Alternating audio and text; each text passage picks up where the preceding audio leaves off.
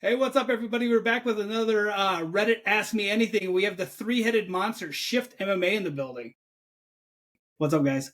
How's it going, What's my going man? on, y'all? Happy to be here. Can you guys just introduce yourself? I mean, everybody sees you on the TV, but we really don't get a chance to meet you guys. You know, they don't really interview you guys a whole lot after things. So I would love for you guys to go ahead and explain who you are and what you do. I'm Jahaad Wingfield. I am the head coach, one of the strategists, but we all play that role, and we are equally as important. I'm Anwar McNeil, part of the team, assistant coach. Love my family, my Shift family, and we just we get it done, man. Rick 300 Coleman, one of the assistant coaches at Shift MMA. Straight to the point. I love it. So look, I usually don't interview in a tie and a suit, but if we talk to Jahaad, you gotta go fancy. So I actually used to be I used to work in the funeral industry back in the day. So I wore a suit and tie every day to work. So that like once I became a fancy alligator wrestler, I didn't have to do that anymore. So I ditched it. So I'm gonna go ahead and loosen the tie. But I figured since you were coming on, I wanted to at least have it on. Nice, man. Nice. You look nice. Thanks, sir. What did you guys like? How did you guys all form Shift? Like, how did Shift come to be? We've actually had Shift for a while. So I was doing some high-end personal training for a while, and part of my contract was with an NFL training camp that was run by Jimmy Smith, and we were in Mississippi. We were looking to shoot a commercial, and we passed by a gym, and that's where I wound up ultimately meeting Martin Brown. And he saw me spar a kid, and he's like, "Man, where can I get some of that shit from?" And I told him, I said, "Man, I'm just down here 1 week out of the month, but you get down there, and I can show it to you. I'm a trainer." Long story short, he moved down there, but he was an MMA guy. I knew nothing about MMA, but I told him I could teach him boxing in its full capacity. And that's what I did. I was his only coach for a while, and we went on a tear, like 13, 14 fight win streak in MMA, world title. And along the way, he introduced me to Anwar and 300, and the rest has been history. So, Rick or Anwar, whoever wants to go first. So, how did you guys kind of get in the combat sports field? Oh, well, I'll let you go first, brother.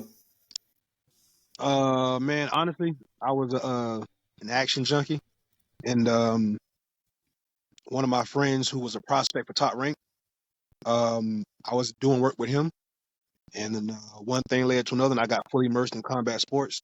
Started out behind the camera, behind the mic, and then it eventually grew into the business side of it, and then the business side bled into the actual training side. So I've been around this thing for about 12 years now, man. So it's just kind of who I am at this point. I got an opportunity to meet Martin Brown. I call him Trey. I got an opportunity to meet Trey. We have a similar hobby that we both enjoy. And I met him, and I said, "Man, that's a funny dressed fella there." He was, he had on like a Kango hat and some fitted jeans. And if you know Martin Brown, you know he could talk. So he began talking, and we had a lot of things in common. And he told me he could fight, and I was like, "Yeah, okay, whatever." Everybody said he could fight. And then I actually went to a fight, and he actually could fight. And, one thing led to another, and he asked me to help him on the business side of things. And initially I told him no, because I didn't feel like I brought anything to the table in terms of MMA. I didn't grow up watching it. I grew up watching boxing, studying boxing. And I got a chance to be around Anwar, Jahaad, and just became a sponge and fell in love with, combat sports. Okay, so you guys have been around clearly MMA and boxing. Which do you think is easier for somebody to transition? Is it easier to make somebody a bare knuckle fighter if they come from MMA to box the bare knuckle, or to get a boxer to leave what he knows from that and then learn the bare knuckle aspect? Contrary to popular belief, I hear it said all the time in BKFC circles that it's easier for an MMA fighter to transition. personally, I feel like it's easier for a boxer to transition, especially when you're talking about an experienced boxer, because all those tie-ups and things we've dealt with, and we're comfortable dealing with, and just being able to control the fight and prevent that from happening, or take it there if that's where you want it to go. And someone who boxes at a higher level can certainly do those things. So I think boxing. I agree. I mean, you look at a Jeff Janvier that just fought on Friday night. He's a kid with 42 amateur boxing fights, and he transitioned pretty well. He looked pretty good in there. So yeah, I agree. Yeah, my sentiments exactly. I mean, it's hand to hand combat. The only difference is you're not wearing the protective gloves, so the skill set doesn't really change much. I mean, it's some clinching here and there, but it's a hand fight. So I think it's a little bit easier for boxers. But I mean, at the end of the day, it's a fight, and you got to have a heart, you got to have the mindset and the confidence to go in there and do it. So, As long So as the look, boxers sorry. don't come in there and try to be too clean, you know what I Yeah. mean? With an ego and like, I'm a boxer, I'm above you, I can be clean, because you got to mix it up in BKFC. yeah. So can you guys tell us some of the? I mean, we know we see you guys quite a bit. Like who all do you have that's under your stable right now, and like who haven't we seen but we should look forward to seeing in the future? We actually have a pretty large stable. Well, we have two sides of our stable. We have a group that we train and manage, and we also have guys that we manage. But we are constantly adding to and replenishing. We have, especially when it comes to some up and coming, I we have 5 girls in the gym right now, and as I look at them every day, I can't see them not becoming champs in the organization within the next couple years. Seriously, we made that Pittman fight stay on because we wanted you guys to see the version of Pittman that we've been seeing in the gym. Normally, I would never give up that kind of weight. But there is such a great disparity in skill in that fight that I didn't think that it was going to matter much, and I felt like we were going to finish her in one. But we have Dave Mundell, champion. Martin Brown is only doing glove boxing at the moment. Okay. We have Jared Warren, who's top 5 ranked. Crystal Pittman, Michael Larimore, Jeff Janvier. Who am I forgetting, guys? Jafar. Jafar Ford. So Tony Murphy under management. We got quite a few. Danny? Yeah. Danny Gonzalez. He was supposed to be on this card, and we had some issues getting some things situated. So you guys will be seeing him soon as well. So it does sound like you guys have a pretty large stable. Do you like the idea of you guys like Shift MMA taking on another team for an event? I mean, like it is Shift versus the world. So what about a Shift BKFC versus another team?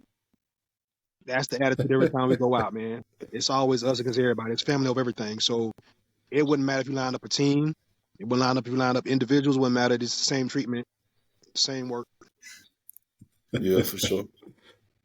Yeah, Shift versus a small country, Shift versus a state, a team. We don't mind. Hey, parlay us. Yeah. If it happens, parlay us. Yeah. Make parlays great again, right? Make parlays great again. So where did the attitude Shift versus the world come from? I mean, have you guys just always had that, or did like something happen and you guys had to rally around, or? That's always been the attitude. In the gym, we really are a family. We don't just work out in the gym. We actually hang out with each other. We have events with each other. We go out with each other. We are a family. And when we're out there, it's us versus everybody. Same treatment for everybody. Absolutely. I think some people might think it's a new mentality or a new approach because we put it on a shirt, but that's always been the case. Okay, so every time we see you guys, you have another slogan for a T-shirt. Like you guys have the most catchphrases. Like who comes up with all the catchphrases for the group? That would be probably Jahaad most of the time. no, no, I can't take credit for all of them. It's just so much you can do with it. And I mean, shift happens. There you go. Shift happens. Got to get the shift together, man. Well, you guys have sent us a couple T-shirts, and we really appreciate it. Okay, so going forward, you guys have a big fight coming up in England. Who all gets to go on that trip? We're taking about a dozen people over there. Wow. So we're going to have at least some family representation in the crowd. So we know we're going to hostile territory, but we don't mind. We actually like that. Gives us an opportunity to make new fans. Did anybody have to go get an emergency passport? I know, like I heard, like Pittman said she didn't have one. Like, what about the coaches? Or did everybody already have a? Yeah, mine just expired in July, so I definitely had to go get an emergency passport. Yeah, see, I almost spoke too fast. I was like, yeah, we were all set. Yeah, mine expired, man. So, yeah. But it's taken care of, and I have it received, so we'll be there. Okay, so Danny Christie's pretty big deal over in the UK. Is there anything that, Jared, you guys seem to always have him, ready to go. It was unfortunate his last fight with that foul that ended up stopping the fight. So, I'm assuming he's ready to put on a show when he goes over to England. Oh, yeah, absolutely. Jared is honestly, Danny Christie with what he brings to the table is what Jared likes most. But, yeah, he's ready to go. He's always ready to go. So we expect fireworks. Can't wait. Okay, do you guys have anybody that's going to be on the Salt Lake card, or have you guys heard? Like, I know they haven't announced any fights officially for the Florida card coming up next year in February, but are you guys trying to get on that one? Or do you guys like to do more of the Orlando, the Tampa area? Like, prefer to stay over there? We run the whole state. This is our state. So if they want a show and they want it to be fireworks, they call us. Orlando, South Florida, Tampa, Polk County, Jacksonville, it don't matter. It's Shift versus the world, so we're willing to show up anywhere and everywhere. So far, you guys have been to quite a few shows. Has there been like a favorite, like a bare knuckle show that you've went to, or a favorite boxing? Like, where's your favorite place to go fight or coach in front? Everywhere that we win. Yeah, I think a fight is a fight. We bring our culture no matter where we go. Now, in terms of favorite places to visit, I have one of those, but the arenas they're all the same to me. We're there to do one thing and kick ass. You know what I mean? Where do you like to visit? I love Denver. Okay, I'm from Denver. Yeah. Okay, yeah, we had a good time out there. We literally went out there to Boulder and we pulled over and we said, hey, let's hike that mountain. And we had on tennis shoes and jeans and we wasn't prepared, but it was fun. We had a great time. Yeah, initially we said we were going to get up high enough to get some really good pictures. And every time we got up high enough, we said, let's go a little bit higher. And we wound up hiking the entire damn thing. Yeah. Man, it was hell coming down.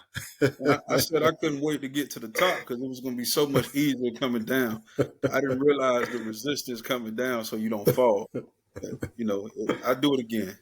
Okay, so the Denver card, I used to live in Colorado. I'm from Colorado. Like next time we'll have to meet out there. We go catch some alligators and then we can go watch some fights. That'd be fun. Listen, that's on my bucket list.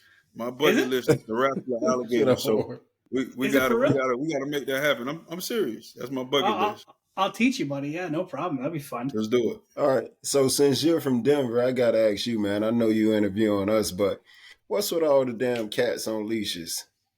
Yeah, that was different. Dude, I left Colorado in 2019 because like it's crazy when the legal marijuana became. So like whatever, if weed's your thing, all right. But it's amazing how many people started moving there and like weird people started moving there. And then like the harder drugs started coming in and like we sold our house. We made significantly more than we would ever thought. We moved up to northern Wisconsin. I can't stand people. That's why I work with alligators and with dead people, So I moved up to the middle of nowhere in Wisconsin. I got 30 acres for less than I sold our little bitty house in the city. But yeah, the people with the leashes and stuff, dude, it's nuts. Yeah, I saw a homeless guy. See, down here, we have homeless people, and they always have the nicest dogs, like Yeah. purebred dogs that you, and the dogs are always clean and They look healthy. full. And when we got there, yeah, when we got there, I saw a homeless man, or he appeared to be homeless, and he was walking a cat. And I felt bad for him. I said, damn, man, he couldn't get a dog, so he got a cat, and he's taught him to walk on a leash. Then we started seeing it everywhere.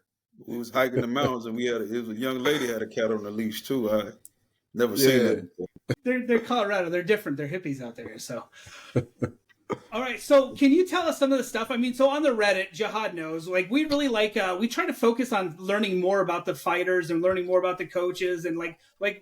Again, I feel like you guys don't get enough. Like, I would love if BKFC did like an interview with Shift and kind of like figured out what you guys do. But we would love to like know like what you guys enjoy doing in your past, on your downtime. Like, you guys say you do a lot of stuff as like a family. Like, what kind of stuff? We're real big on just getting together. And in my culture growing up, getting together always meant good food, music, and a card game. So normally if we're on the road, we'll get an Airbnb and we're a family. But when it comes to spades, if you know anything about spades, if you're on the other team, you're an enemy for that hour or two that we're playing cards. So if anybody wants to challenge us in the spades game, we putting that out there. Any other organization, they want that smoking spades, we'll give them that work. Yeah, so we have like a bunch of diversity amongst us with backgrounds and everything. So man, we do some of everything. I mean, Dave is outdoors, so when Dave invites us out, we're going to be hunting, we're going to be fishing, we're going out on the boat. So, I mean, it just depends on who's having the event, but man, we do so much together. And we Yeah. genuinely have love for each other. Even if it wasn't a combat sports team, if we had all met outside of this, I think we would still be as close as we are now. So it's a real family atmosphere. And it don't always have to be a celebration. Sometimes we just get together and just talk. Just have conversations, Mhm. just Yeah. tap in with each other. So I mean, when you got family, man, you can't be beat. Mhm. So how did you guys find out about bare knuckle? Like I remember, like I have a buddy who's big time into arm wrestling up there in Wyoming, and he was like, "Oh, they're this bare knuckle thing's coming, check it out." And I was a fan since then. Like, how did you guys find out about bare knuckle, and what made you guys become fans of that? I had a really, really good friend of mine, Will Hunter. He's out of Mississippi. Once he actually helped get it legalized here in Florida, and Okay. he reached out to me. And he's been knowing me from training for a long time. He reached out. He say, "Hey, Jahaad, you got some guys you going to put on bare knuckle?" I said, "Hell no." He was like, wait, man, you got to listen to it, man. He said, "I want you to check it out." And I'm like, man, look, Will, that shit sounds crazy. Ain't no way we doing that crazy shit. And he said, "Well, let me send you over some videos." And I looked at some of the videos, and he was telling me this guy is big in it, this guy is big in it. And I was looking at the guys, and I'm like, yeah, it's dangerous, but I don't see anybody at my guys' level. We're likely to go in clean and come out clean. Uh, and I threw a handful of guys on that first card they had down here, and they went in clean and came out clean. Right. so so yeah, and we kept it going. We still feel like it's us versus us. And the first time I got introduced to it was actually Kevin Smith. I was at an MMA fight in the back room with Martin Brown, and Kevin Smith approached us, and my response was the same, like, "What the hell, bare knuckle? Hell no!" But look at us today. Who would have thought? So, yeah. Oh yeah, I agree. I'm on the same train with those guys. Same thing. All right. You're good, yeah. All right, so Jahaad understands this because he's in the Reddit again. Every time there's a big fight, we get a big influence of people, and it's always people come in and they go, I want to be a bare knuckle fighter. What do I got to do?" So, like, what would you suggest? Like, what's the best way? The new guy shows up at your gym. Like, what kind of training regimen would you say? Take up boxing, take up not wrestling, take up MMA. Like, what would you say would be the best? We're a boxing gym. It's Shift MMA. So when I started training Martin, a bunch of MMA guys started coming over because of the success that he was having. And Dave was one of those guys that came over early. And I had guys who were wrestlers, guys who were runners. I mean, we took some of the guys with the worst striking there was, and they started knocking guys out cold and consistently. So a lot of guys started coming over. At the time in this area, coaches didn't want their guys cross training at other gyms. So a lot of those guys refused to stop coming over.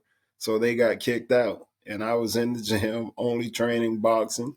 And we were going out and we were using our hands to win. We still didn't care if a guy was a wrestler, if he was a kickboxer, if he was a jits practitioner.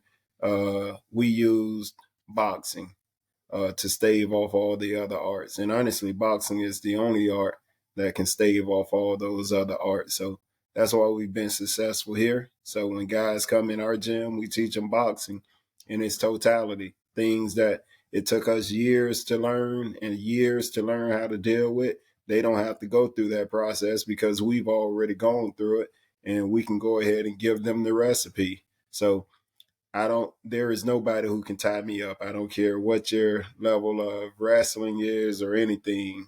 My level of boxing and the level of boxing that I did at, I can prevent the tie. I can get out of any tie up.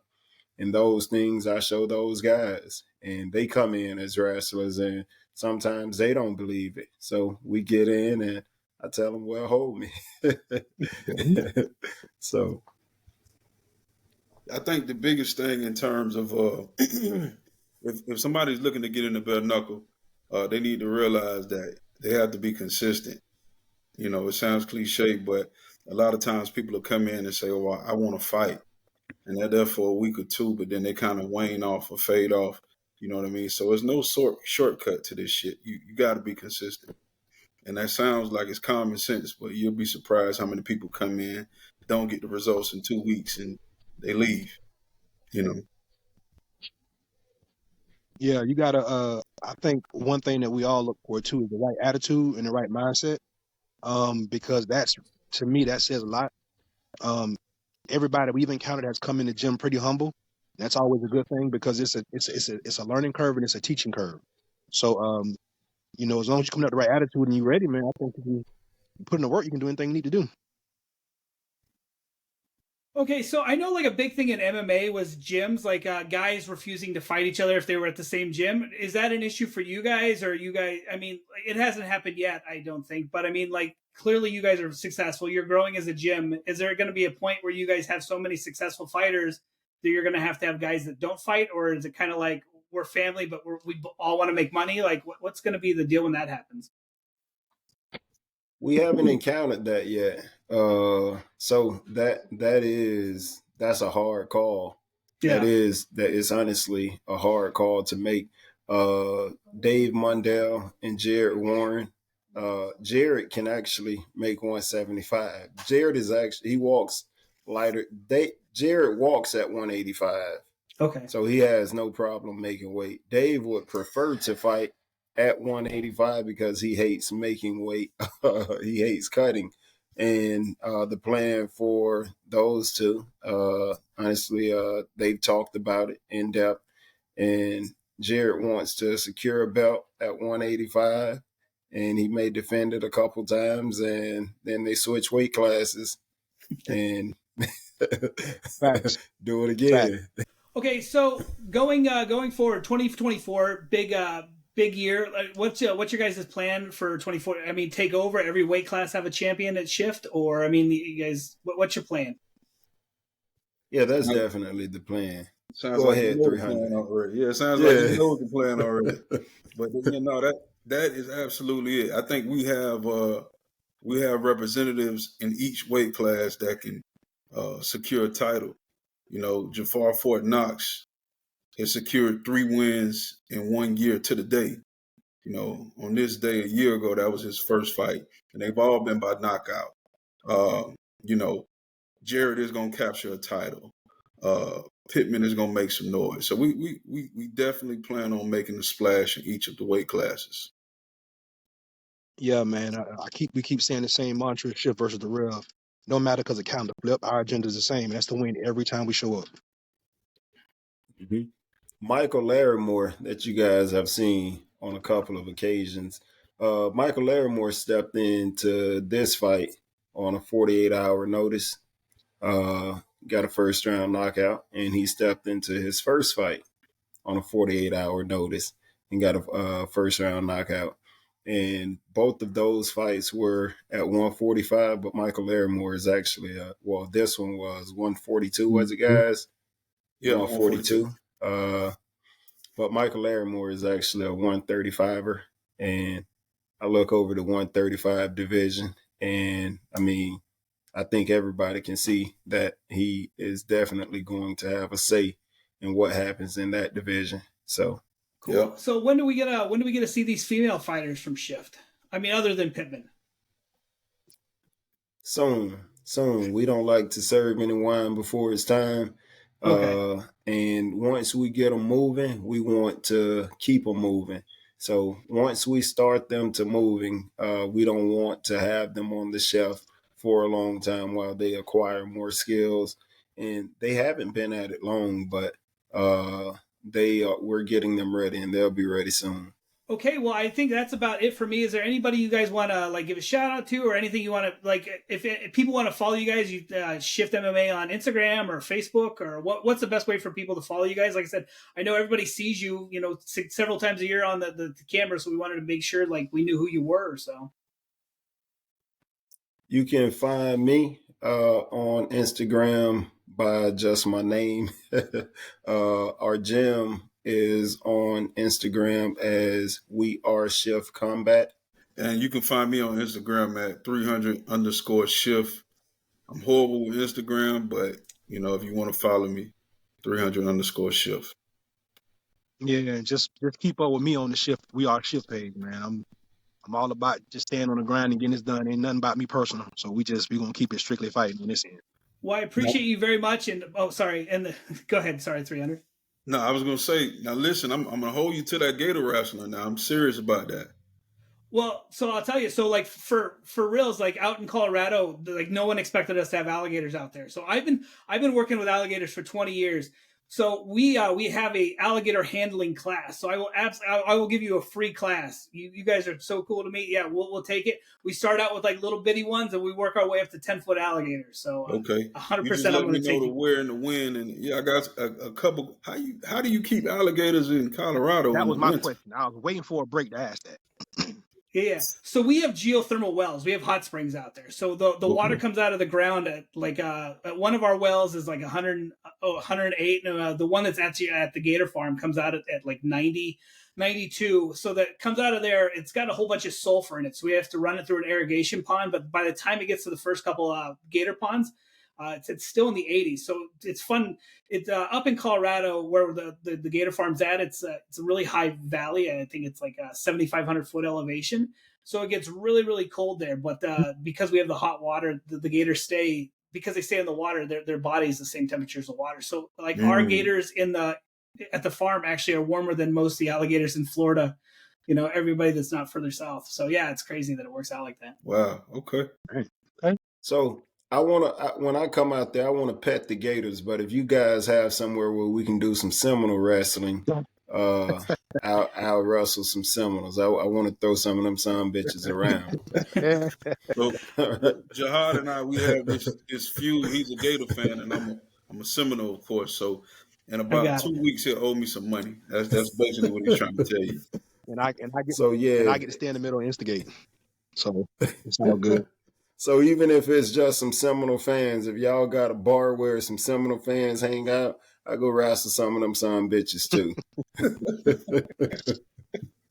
Well, like I said, Jahaad, we appreciate on the Reddit you being so active on there and helping people. So appreciate it, and thanks to all of you guys for all your time. Not a problem, my man. Thank you. Appreciate you, boss. Have a great rest of the day, guys. Thank you. You as well.